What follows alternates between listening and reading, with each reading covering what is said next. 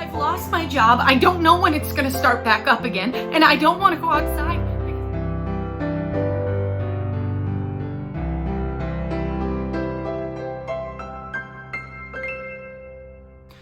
So step 1 is active listening. What's step 2? Step 2 is honestly showing empathy for the person that we're talking with and what they're going through. The whole idea is to put myself in your shoes. I put myself in somebody else's shoes. Here's what they're going through right now. How would I feel if I was in that situation? And that way I can start to instill within myself how I would feel. And I would very much pay attention to my own tone of voice. If I'm really going to help someone to verbally de-escalate, I need to get my voice all the way down into my chest so that I'm talking slower, quieter, and deeper. So I'm paying attention to my own tone of voice. And I'm also paying very much attention to my body language.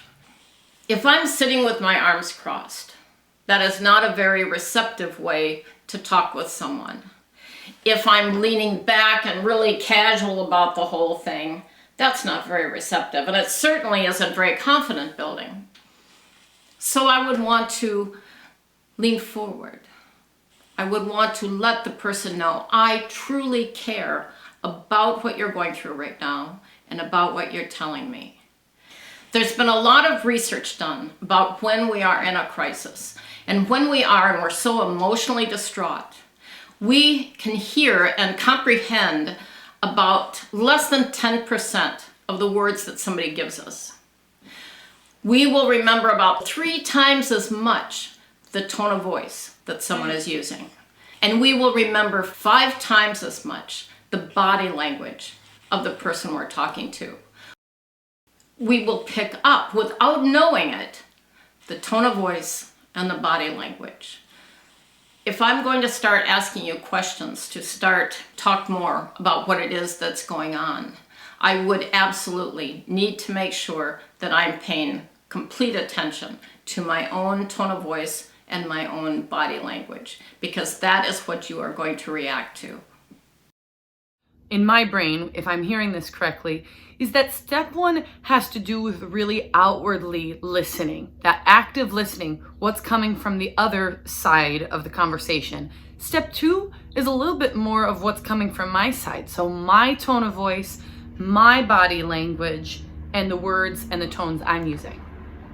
Step 1 and step 2 probably intermingle. Though step 1 very much is the other person, you are talking, you are telling your story.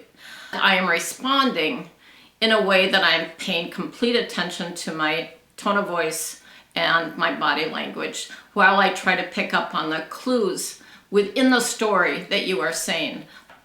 If we were going to give an example of how to use tone of voice, we could use something very simple like the phrase, shut up, just shut up. Now, we all probably know of how that would come across if we were really angry. And being an actress, you can show us, shut up, just shut up, in a very angry tone of voice. Shut up, just shut up. Now, if I took that same phrase and said, Sophie, I think you have a crush on that guy in the front seat, how would you say it that way?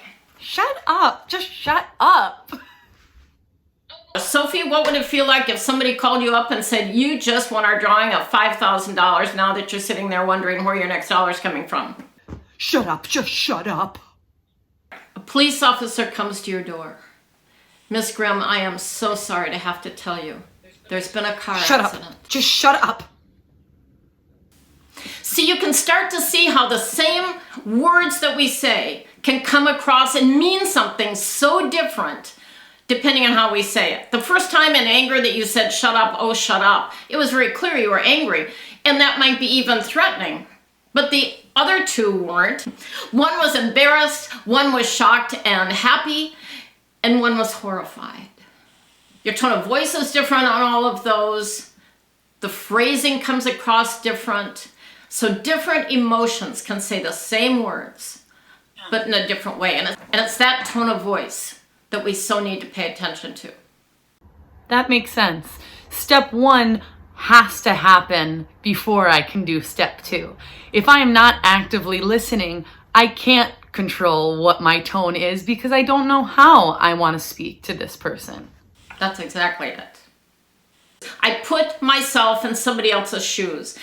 How would I feel if I was in that situation?